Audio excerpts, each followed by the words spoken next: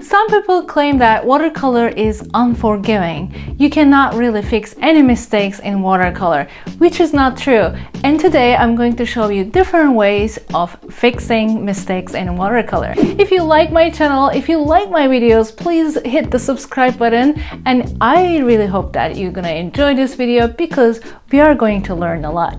Before we start, I really recommend you to check out the watercolor basics video that I created before. I'm putting it up right here for you. Now, let's talk about watercolor.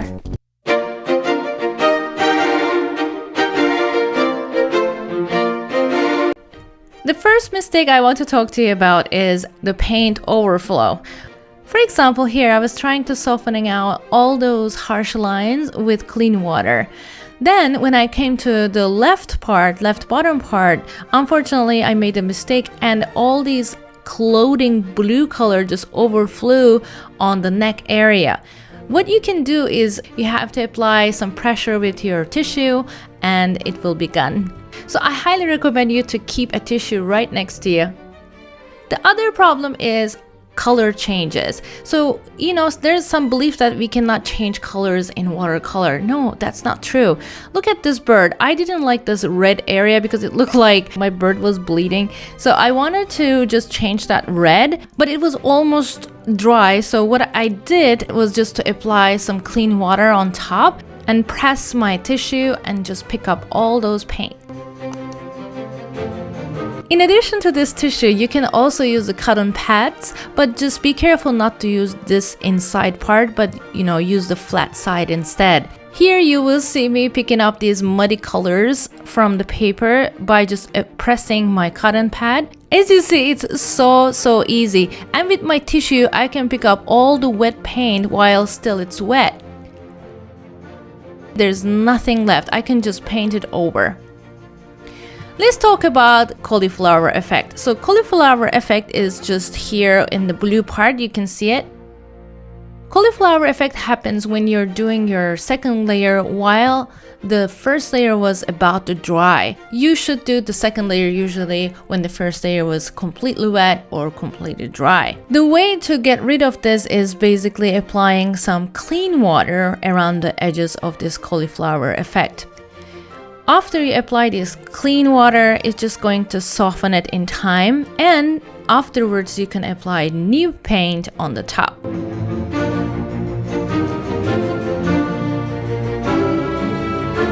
You see that? It looks normal now. Another cauliflower effect that I experienced was in this bird. You can see that red borders were not looking really nice. What I did to soften out those cauliflower effects was just to apply clean water with my small brush. I was very careful though because, I just wanted to soften it out. I didn't want to mix all the colors to each other. Accidental drops, my favorite. You see a drop here. Apparently I dropped just the clean water there and it just looked really awkward. The best way to get rid of it is just to paint it over. And then you will see that I made the same mistake at the bottom of that sea. You can see that that's just very clean water drop there. Again, I'm going to paint it over, but while I'm doing that, you will see that I'm gonna have an accident. Oops! You see, in order to clean those drops, you can just immediately go over them and press with your tissue. And as you can see, you can get rid of those drops really easily, so don't panic. If you didn't realize your mistake while your paint was wet, then you can actually erase it. But you need to be careful when you're erasing watercolor, and I will show you why. So here I wanted to erase this part. What I did is just to wet it with clean water, then just pick up the water with my tissue and gently erasing it with the clean part of my eraser. I am picking up the paint, but also it's just going to pick up a little bit of the paper as well, but just be careful not to tear the paper because the paper shouldn't come off all together, otherwise your painting will be ruined. Here, as you can see, I did the same method. I applied clean water, I pressed my tissue, and now I'm erasing it. So it is erasable. As you can see, watercolor is erasable, so you shouldn't really fear. That is the biggest complaint I get about watercolor, that's just, you know, the watercolor doesn't forgive. And actually, as you can see in this video, it does. So just feel free with your watercolor, go crazy.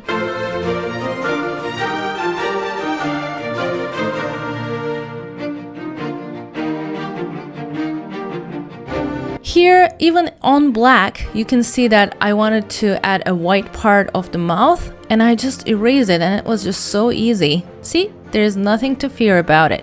Just be careful and not tear the paper.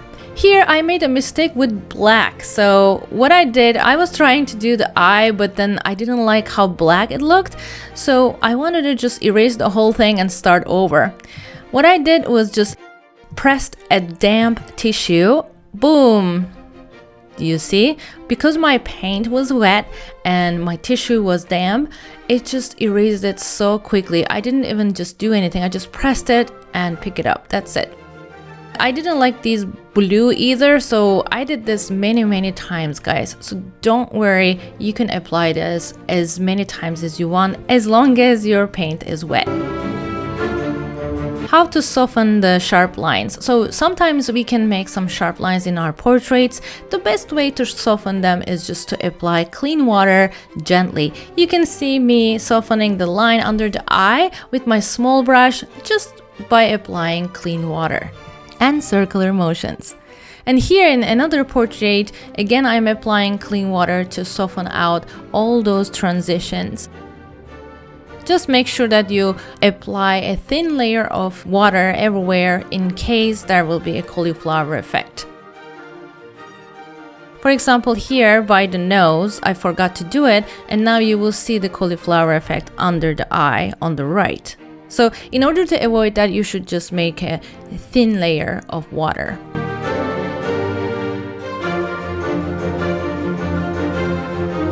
What if we forgot to paint small spots? How are we going to go and, you know, get it without giving cauliflower effect? Just go in with your clean water, reactivate the paint just next to that blank area, and just carry the paint into the white area. That's it. That's all you have to do.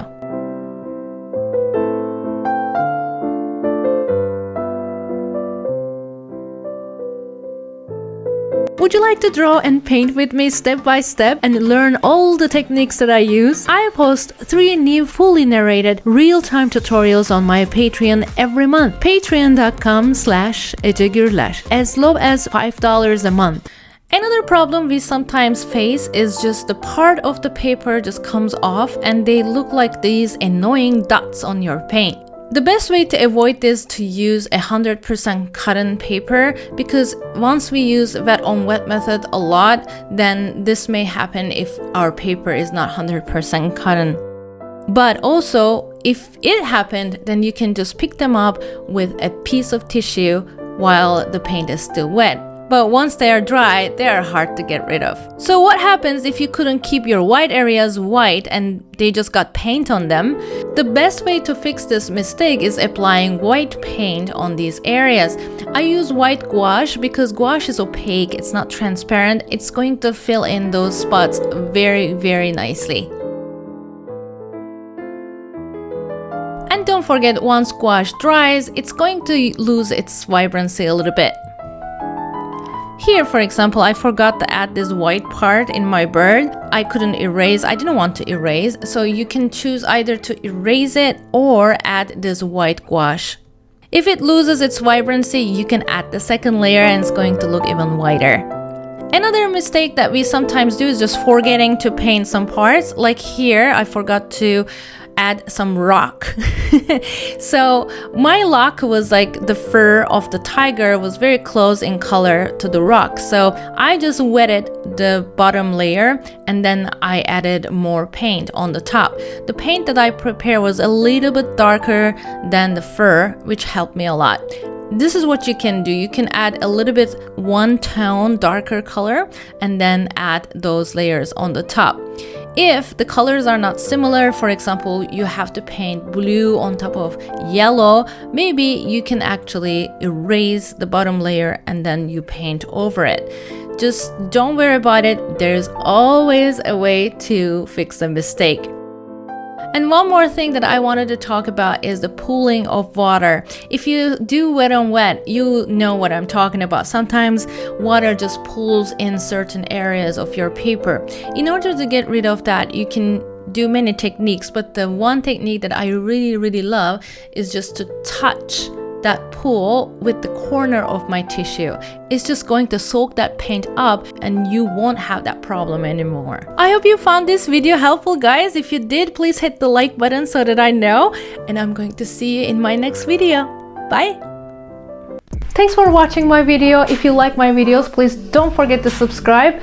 And for my real-time narrated tutorials, visit my Patreon, patreon.com/Ece Gurler. Stay with art and love.